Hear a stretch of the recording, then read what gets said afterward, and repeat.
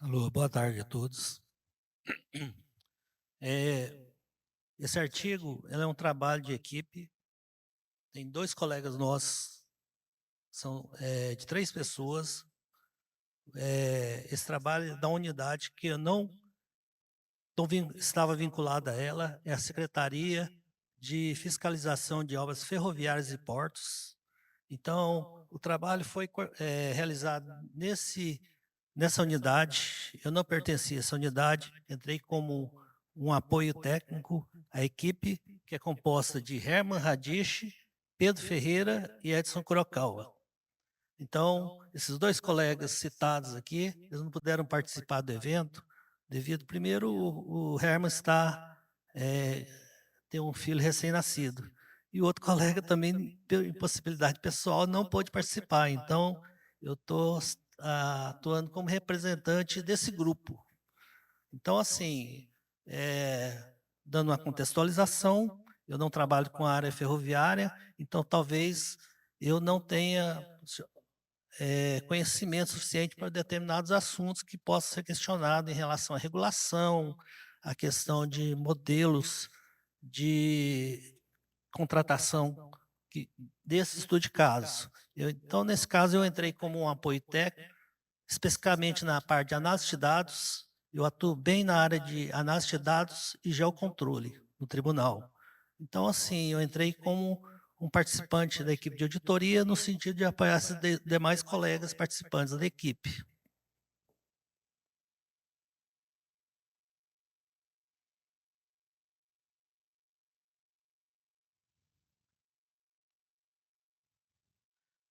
Bom, só uma contextualização, né?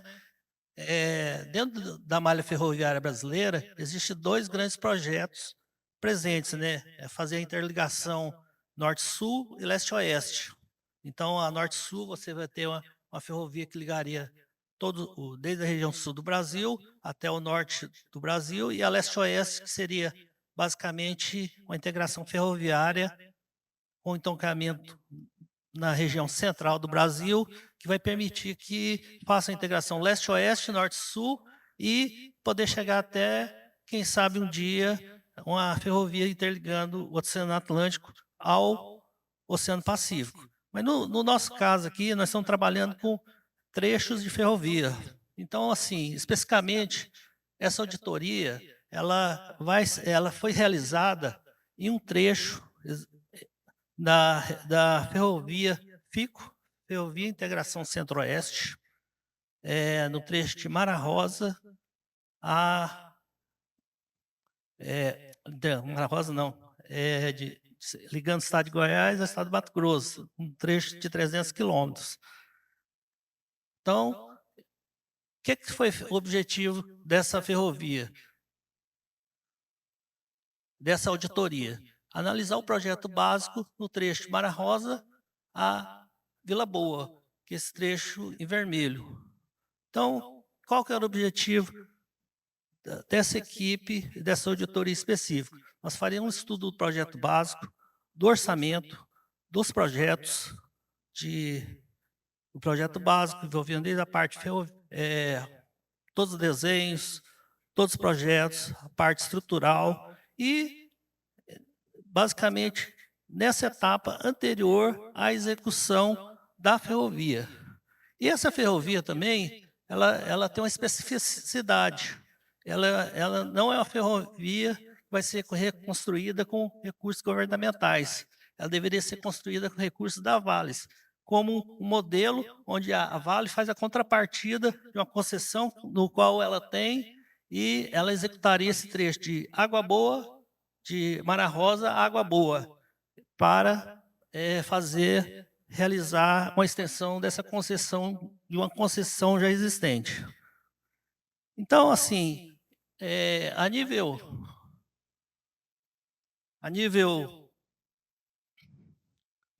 dessa modelagem, a gente fez uma avaliação lastreada na época na Lei 8666. Por quê? Embora seja uma ferrovia feita com recursos privados, ela seria é uma ferrovia pública feita com recursos privados, pela Vale. Então, a gente utilizou a modelagem, utilizou a Lei 866, especificamente na definição do projeto básico, para referência de fazer uma auditoria nesse case. Então, basicamente, o objetivo da auditoria é fiscalizar o projeto básico da ferrovia, né? E dentro das questões que foram apontadas, existem elementos mínimos de projetos adequados para execução, o orçamento encontra-se devidamente detalhado e compatível com as necessidades dessa ferrovia. Os quantitativos definidos no orçamento são condizentes com os quantitativos apresentados nos elementos mínimos de projeto.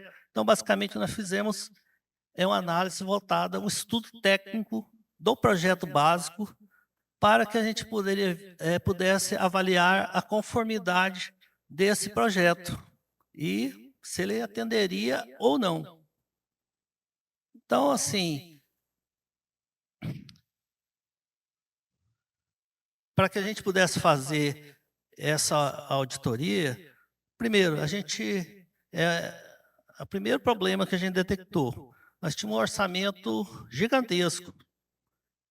Se eu não me engano, consistia mais de 3.500 linhas orçamentárias no orçamento sintético, mais as composições detalhadas. Quer dizer, se você fazer um trabalho de forma manual, para você avaliar uma ferrovia desse nível, desse tamanho, era praticamente impossível. Então, foi a primeira vez que a gente fez uma experiência de trabalhar com o sistema de análise de orçamento, o SAL, que é uma ferramenta desenvolvida pelo tribunal, em uma obra ferroviária, para a gente verificar, é possível fazer uma análise orçamentária de uma obra ferroviária?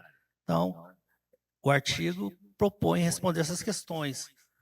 Outra questão levantada durante a auditoria, é possível utilizar algumas ferramentas de geocontrole para a verificação de conformidade, especificamente nessa obra? Também é outra questão que nós vamos detalhar no artigo. E, finalizando, a outra ideia desse estudo seria possível criar padrões de potenciais irregularidades orçamentárias presentes no orçamento que poderiam servir de subsídio para outras obras ferroviárias. Então, o que são esses padrões? Padrões de tipologias ou trilhas de potenciais irregularidades. São padrões definidos que você faz um mapeamento, levanta, detalha, cria um mapeamento de processo e você consegue definir um padrão de possível irregularidade. Isso também é uma questão que vai ser apresentada especificamente nesse artigo. Bom, em relação ao projeto básico da FICO, né, ele é um projeto com um orçamento com 3.727 linhas de composições de orçamento, de mão de obra, materiais, serviços. É uma obra estimada na época em 3,17 bilhões e 387 quilômetros de ferrovia. Então, quando nós iniciamos essa auditoria, nós recebemos, vamos dizer, um pacotaço de documentos técnicos, projetos, orçamento, levantamento topográfico, relação de materiais, todo o conjunto de documentos que deveriam compor o projeto básico. Então, assim, em termos de documental, nós recebemos alguns dicas de materiais e a dificuldade era como analisar nessas centenas, milhares de documentos, o que é importante, o que é preciso, o que pode ser extraído dessa documentação no pouco prazo de uma fiscalização, que normalmente todos que trabalham com auditoria têm, né? Geralmente você tem um prazo restrito, então você tem que fazer um trabalho assim de avaliar, checar e tentar chegar a conclusões num prazo exíguo.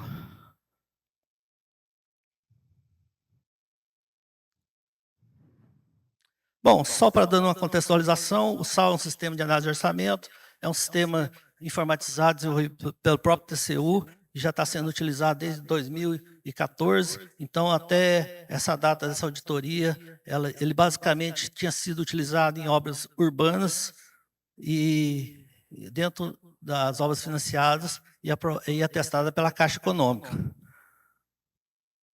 Bom, isso aqui eu vou trazer algumas informações, né? O que ele permite? Ele permite gerar um processamento dessas planilhas, ele permite detectar inconsistência, gerar curva ABC automática. E assim, uma das principais utilidades que hoje a gente enxerga no sistema de análise orçamentária é você criar uma base de dados de problemas que já ocorreram. Quer dizer, uma das grandes dificuldades que eu vejo para quem trabalha com auditoria é ter um mapeamento dos processos. Quando você tem um problema, geralmente a equipe detecta esse problema, esse padrão de irregularidade, ele está sendo, vamos dizer, compartilhado. Você tem uma base de dados que permite que esses dados estejam, te faça acesso a várias pessoas, de tal forma que um achado de uma auditoria possa estar sendo presente, detectado em outras. Então, isso aí é uma das questões que eu coloco como dos principais facilidades de você ter um sistema orçamentário. Como também você tem um orçamento de mais de 3.000 linhas, você tem que... Como é que você trabalha? Como é que você agrega serviços iguais, serviços semelhantes, avalia essas composições? Então, a finalidade de você trabalhar com um sistema de análise orçamentária é permitir ao auditor que tenha essa facilidade nessa análise. Bom, geocontrole. Geocontrole é basicamente a gente usar técnicas de geoprocessamento para atividades de controle externo. Então, assim, o geocontrole seria você estar usando os ferramentais disponíveis hoje, em termos de tecnologia geo, desde imagem de satélite, drone e outras, para que você possa estar permitindo ser mais eficiente em fiscalizações, ser mais eficiente em achar problemas, irregularidades. Hoje eu vejo o geocontrole como uma das principais necessidades de fiscalização.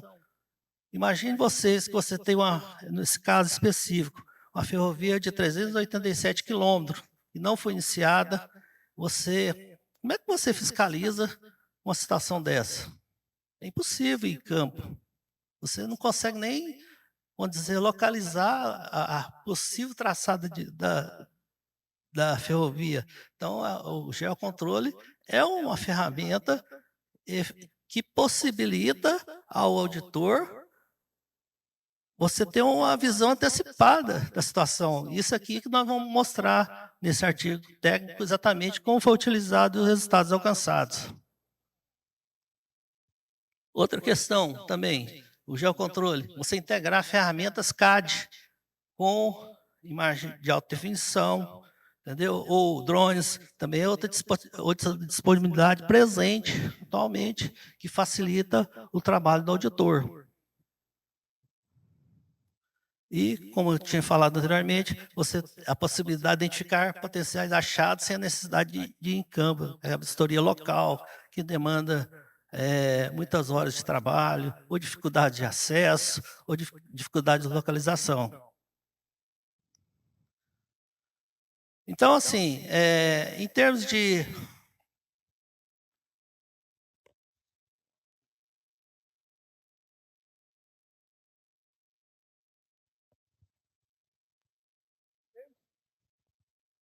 de você avaliar o orçamento, qual seria a primeira finalidade de você analisar o orçamento? O orçamento, no nosso entender, é a peça-chave para você conseguir priorizar ações ou priorizar o que você vai tentar identificar durante sua fiscalização. Então, se você...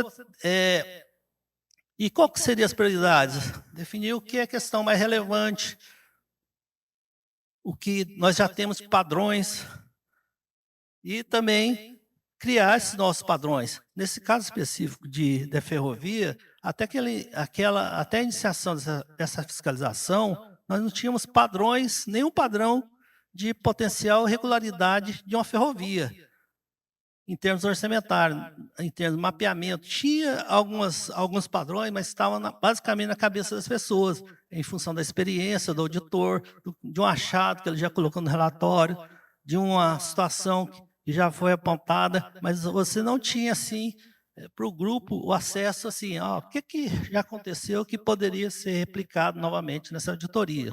Então, a nossa intenção era tentar criar esses potenciais padrões de irregularidades orçamentárias.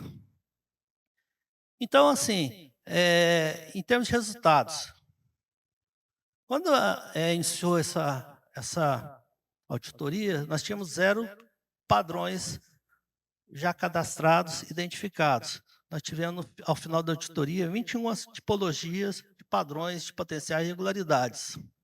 Então, assim, o que eu colocaria assim, padrões? Um exemplo claro que aconteceu durante a auditoria.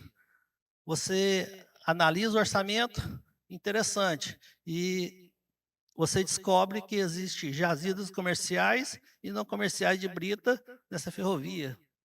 Poxa, mas isso aí é um problema?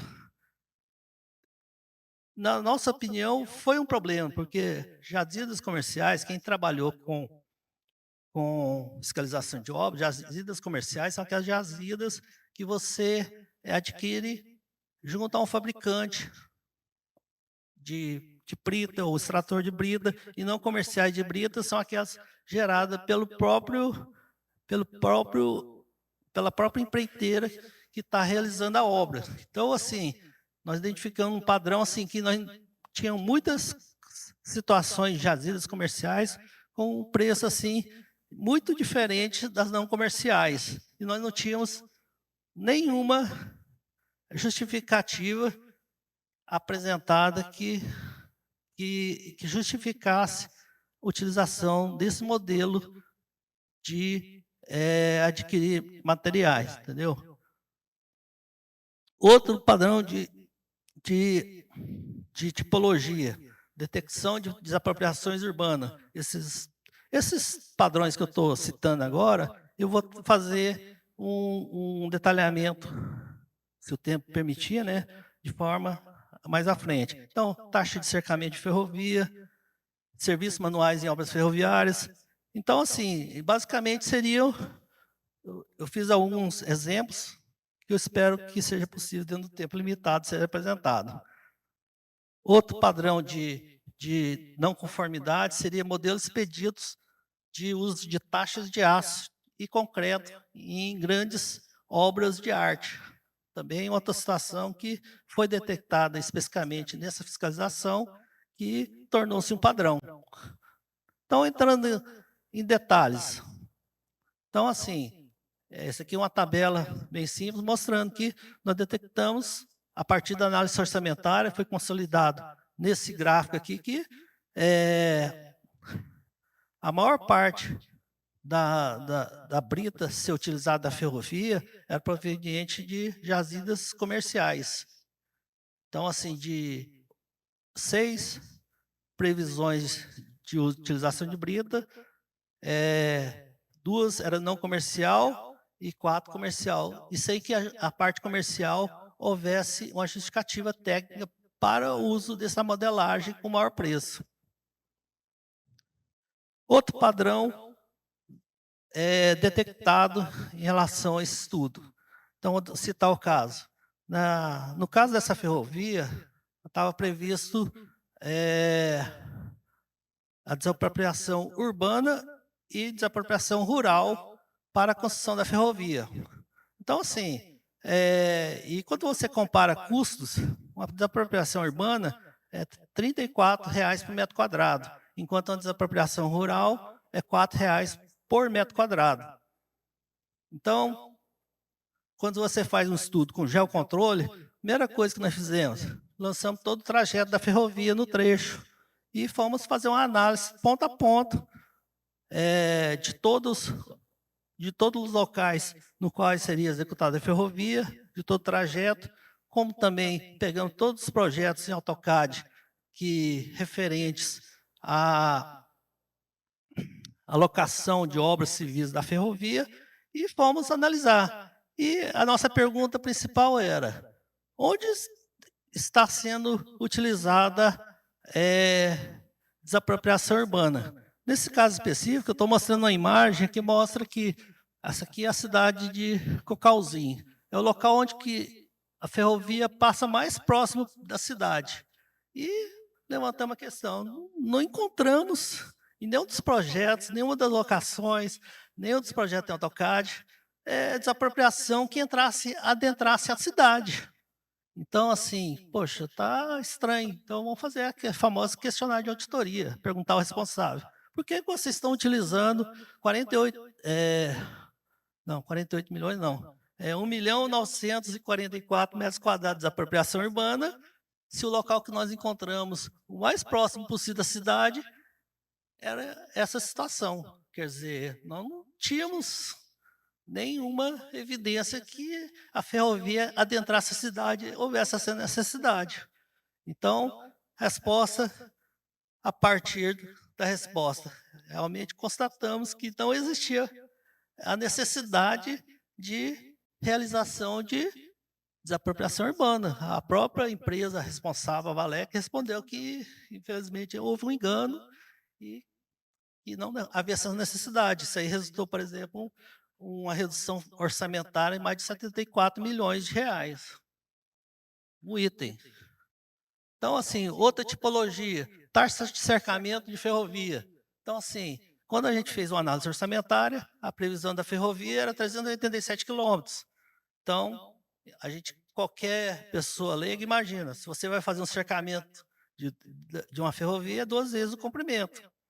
Mas, quando você faz um orçamento e junta, aglutina todos os itens de cercamento, nós tínhamos 1.032 quilômetros de cercamento de ferrovia.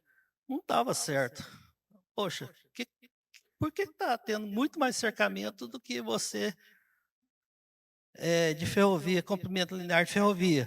Novamente, levantamos a questão. Não só levantamos a questão, como levantamos dados a partir dos projetos. Esse aqui é o local que apresentava a maior quantidade individual de cercamento.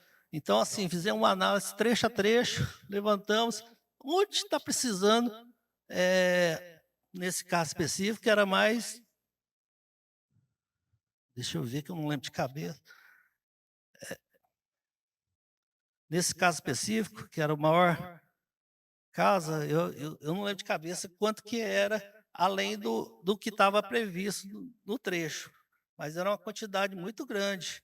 E também levamos ao responsável, ao auditado, explica para nós como que foi feito esse cálculo para que você chegasse a esse quantitativo específico de cercamento nesse trecho. Novamente, resposta, houve um engano, houve um erro de conta, entendeu? Então, assim, nós fomos trabalhando item por item, os itens mais significantes detectados a partir da análise orçamentária,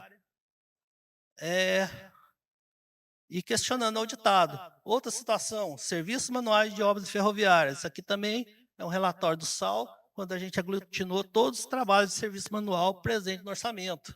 Então, você encontrava situações assim críticas.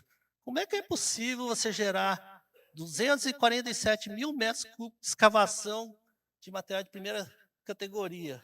247 mil metros de escavação, equivalente a um terreno de 1 hectare, que é 10 mil metros, com 24 metros de altura. Esse serviço vai ser escavado manualmente? Qual o sentido você utilizar um serviço de escavação manual hoje, se você tem reta escavadeira, você tem tanto equipamento, e o equipamento, quando você faz uma comparação do serviço manual, que é R$ 41 por metro cúbico, e o serviço mecanizado, que custa 6, olha a diferença de rendimento. Um servente produz 3,2 metros cúbicos por dia, uma reta produz 20 metros cúbicos por dia.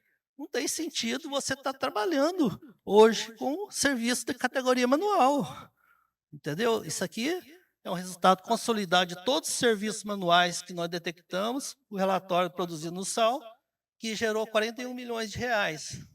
Então, assim, o trabalho em si foi levantar essas questões e trabalhando item a item. Novamente, levantamento, modelos pedidos para determinação de aço concreto. Como você vai fazer uma obra de uma ponte que atravessa o Araguaia, baseada, lastreado no modelo expedito de taxa de aço? Novamente, uma questão assim que nós não conseguimos entender e fomos questionar o auditado. E, novamente, as respostas, nós vamos refazer o projeto. Então, assim, basicamente, e fechando assim, isso aqui é a tabela, mostrando os resultados alcançados, né? Só nesse trabalho que nós fizemos, baseado, nós não fizemos nenhum apontamento sobre preço, ficamos voltados para quantitativos, para essa modelagem de serviços presentes que não conseguimos comprovar, a gente conseguiu uma diferença de 403 milhões de reais. Então, esse aqui foi a finalização dessa fiscalização. Então, e quando nós fizemos essa revisão, houve por parte da empresa responsável, a Valec, ela concordância que houve um erro, houve algumas metodologias equivocadas, e isso aí transformou em um benefício efetivo, porque foi feita uma repactação contratual nesse valor a menos presente nesse acordo com a tabela apresentada aqui. Além de que você também conseguiu trazer vários apontamentos mostrando que o projeto estava incompleto, insuficiente, não atendia à lei, basicamente a lei 8666. Então, assim, é insuficiência, incompletude de projeto, é deficiência, inconsistência. Então, assim, nós conseguimos, sim, nesse modelo de fiscalização anterior ao início da obra, mostrar que a partir da análise orçamentária, uso de técnica de geocontrole e todo esse conjunto que foi apresentado, permitiu que você conseguisse resultados efetivos, específicos em termos de benefício efetivo, não benefício potencial, mas aquele benefício que você comprova e que você consegue gerar uma repactação contratual. Basicamente, esse é o trabalho e obrigado por todos.